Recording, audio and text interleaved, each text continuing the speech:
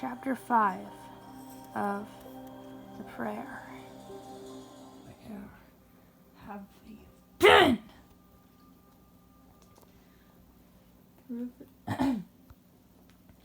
Rufus's mother stood firm in her husband's shadow as he loomed over her ominously.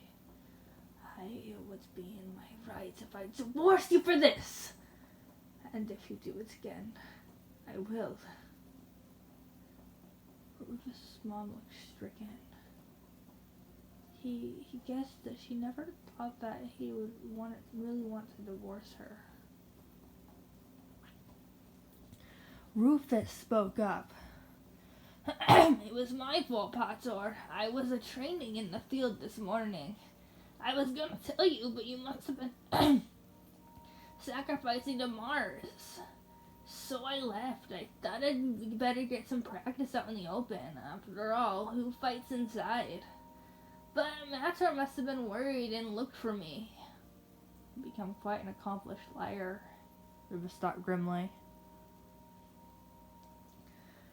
But anything to keep his mother out of trouble was worth it.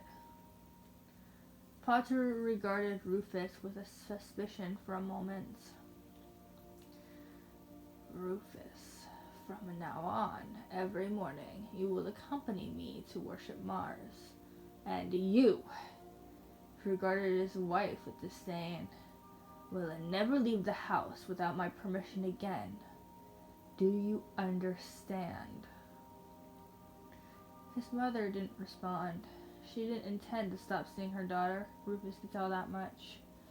This new Mars development actually didn't interfere too much with his visiting Luna and the Christians.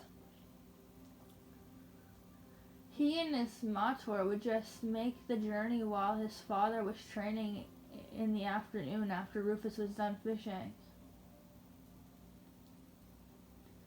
Yes, sir, he answered.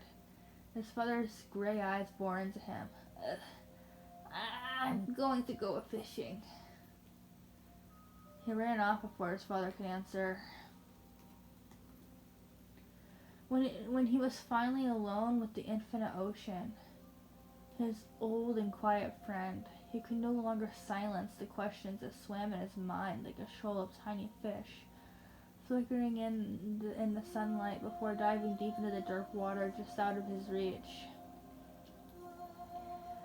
Questions his strange new friends took such delight in boring in his mind. What if all he ever knew was really some great elaborate lie? What if the Roman gods really were just stories? What if there were no Roman gods at all? Of course there were.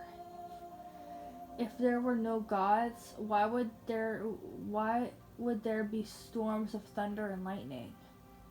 How were there vast oceans?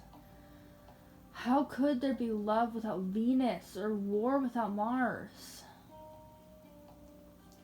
But what if there really was only God ruling over all of it? That was silly. One God couldn't control all those things at once. And if there truly was a God so powerful, why would he become a man? Wouldn't such a God come as a dragon or a giant? It didn't make any sense. Besides, every land had its own gods. That's why Rome was such a vast empire. Its gods were the strongest. If one God ruled everybody, why would the one land that worshipped his God more closely than any other over the years, Judea, now answer Rome? Yes, it was a fantasy, a wild fantasy. The Christians had imagined their gods to be too great. It'd be foolish to discard the gods of Rome. Yes, foolish. That's what it was. End of chapter 5.